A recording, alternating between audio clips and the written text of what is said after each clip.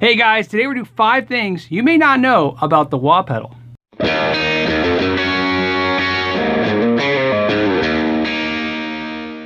Number 1, the wah pedal was made on accident. It wasn't even intentionally made to be a pedal for anything. What happened was Thomas Organs had the distribution and rights to sell and build Vox amplifiers in the US. Well, to increase margins, they wanted to get costs down. So what they did is they wanted to take a certain switch, which was called the MRB, the mid-range boost switch, and switch it to a potentiometer. The switch was costing about $4, and they thought if they could get it down to a potentiometer, it would only cost about 30 cents. So they had Brad Plunkett mess with it and see what he could do. He came up with an idea that worked, and when he was messing with it with another technician, they noticed it made a funny sound. So they went and got a pedal from a Vox organ, and they put it in there and started messing with it. Somebody coming down the hallway was like, "What the heck is this?" And that's how it started. They created the wah pedal purely on accident. Number dose.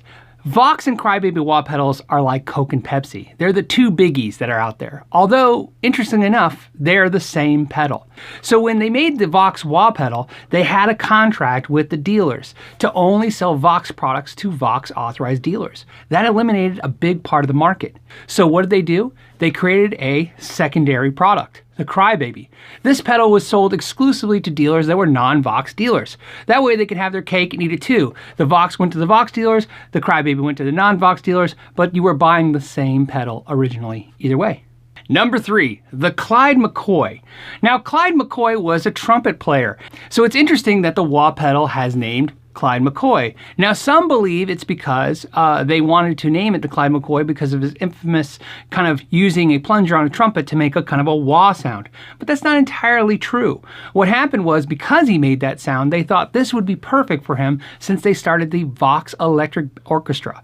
It was an orchestra entirely electrified, in other words, plugging through amplifiers, and they thought this would be great if Clyde would plug his trumpet into this. But what they learned very quickly was it was really made for guitar players, and the guitar players would take to it much better and faster. Number 4, Jim Dunlop saves the wah. In 1982, Whirlpool sold Vox, and the new company who bought it didn't want the wah pedal. They figured it was connected to the 70s and very disco, and it just was not a happening thing anymore. Jim Dunlop saw this as an opportunity and he bought the rights to the wah.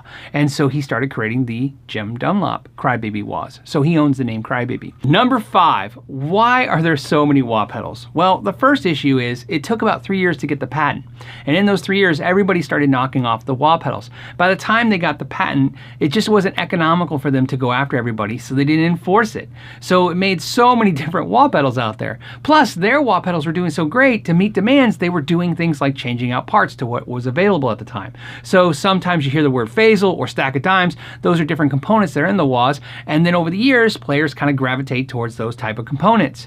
The other problem was players like Jimi Hendrix messed with their wahs. You can adjust the potentiometer in this so that if it goes forward more, you get more highs. If you roll it back, you get less of those highs. Eddie Kramer, his producer, mentioned that Jimmy rolled his potentiometers back to get less of a shrill kind of sound towards the front end. Another problem was that because this is on this floor on the stage and there's a big gaping hole right about in there to get dirt in there, dirt got into the potentiometers and it would get really scratchy, really bad, and cause havoc. So companies like Morley designed optical wah pedals that use no moving components inside, and basically this LED doesn't make any scratching or noise, so that's kind of a cool feature.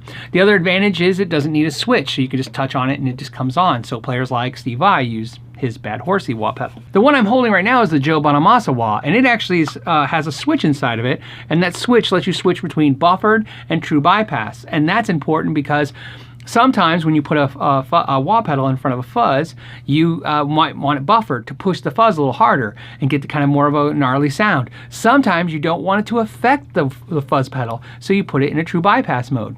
Well, that was 5 fun facts about the wah pedal. I hope you had some fun. And like always, I want to thank you guys for hanging out with me today, spending some time and learning some stuff. And as always, know your gear.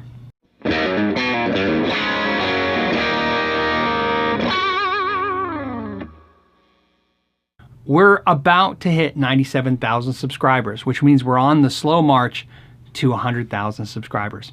So to say thank you, I want to do a couple things. First, we're going to do this. For every 1,000 subscribers, so that's 98, 99, and 100, we're going to give an acoustic guitar away to a charity. The charity I'm thinking now is Guitars in the Classroom, but I'm really open to suggestions. Please tell me. I'll update everybody on Facebook where those guitars went. I will take care of everything. I'll make sure the guitars are set up.